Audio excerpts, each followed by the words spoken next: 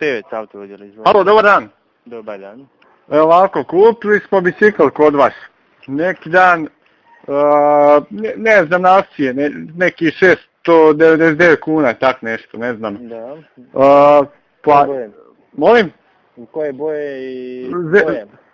Zeleni neki, Bianco, nešto, talijansko piše, ne znam to. Zeleni bicikl. Pa nešto, ne znam točno koje boje. Uglavnom, pa to... Halo? Da, Halo? Recite, da. Ali, pa to vam je kvaliteta ništa, mali, si išao voziti prvi dan, pao s bicikla, zgrebo koljna glavu, skoro strgo mali, pa Bog vas jebo da vas jebo, kakve to bicikle prodaje, to je nevjerovatno, stvarno, šta vi... Ja. Pa da, pa kakve... Gospodine, imam pitanje za vas. Možete vi mene reći koje boje bicikl? Pa rekao sam vam sad, ima, ne znam, neki... Mi nemamo u prodaju zelene bicikle. Ma neke plavi, neko plave, šta ja...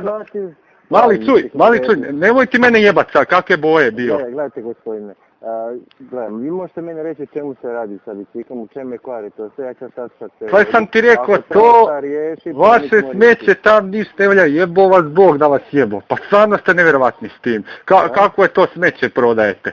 Jesmo mi vas tjerao da vi to kupite? Pa je tjerao me onaj tam neki, tamo šta ima Bosanac onaj neki. Da. Da, rekao kup to valja. Ja uzeo, ono mali se skoro ubio s tim. Da. Pa da. I sad da ja iz Bosne dolazim tamo vama, to mi je... Znači da vama gospodin rekao da vi odete skočiti sa vrha PVC zgrade, vi bi otišli zato što mi taj Bosanac... Mali čuj, nemojte mene zajebavati, ja kad vam dođem tam... Ja vas ne zajebam, mi smo ovdje ozbiljna firma, znači ozbiljno se nosimo sa problemom. Ma ozbiljna vi, ali, u tom kokošincu ste... Aha, da, nemojte se zabavati. Pa da, to ja isto kažem vama, mislim da nije u redu da nas zovete sa govornice, tako da nas mi ne možemo naći, pa da nas tu nazovete i vrijeđate, to stvarno nije u redu. Kakva govornica?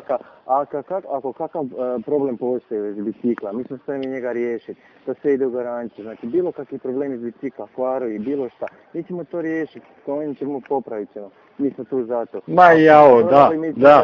Allah vera, ahla dihn. Ja sam bio u Mudžahedinima, ne znate vi šta sve mogu. Nemojte se zajebavati.